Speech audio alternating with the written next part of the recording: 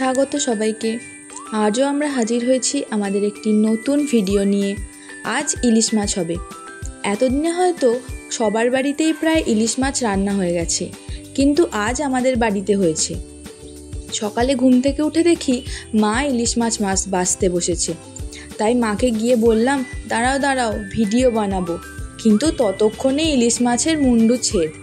তাই যা হোক করে মাছের মুন্ডুটা জুড়েই আপনাদের দেখাচ্ছি।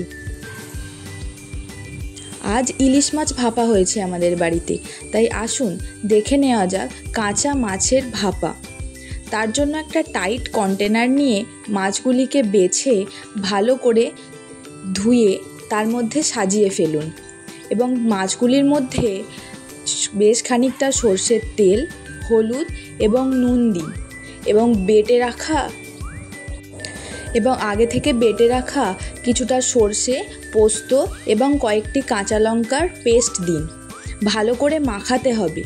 তারপরে কিছুটা পাতিলেবুর রস দিয়ে উপর থেকে কয়েকটি পাতিলেবু পাতা কেটে ভালোভাবে সাজিয়ে তার মধ্যে 2টি কাঁচা লঙ্কা চেরা এবং বেশ খানিকটা সর্ষের তেল দিয়ে ভালো করে টিফিনটাকে এঁটে নিন।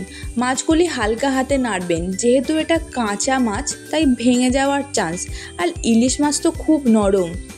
তাই আগে থেকে ভাপাবার জন্য কড়াইতে কিছুটা জল গরম করে নিয়ে তার মধ্যে টিফিন বক্সটি বসিয়ে দিন এবং কিছুক্ষণ পর 20 মিনিট মতো রাখলেই হবে। কিছুক্ষণ পর তুলে নিন।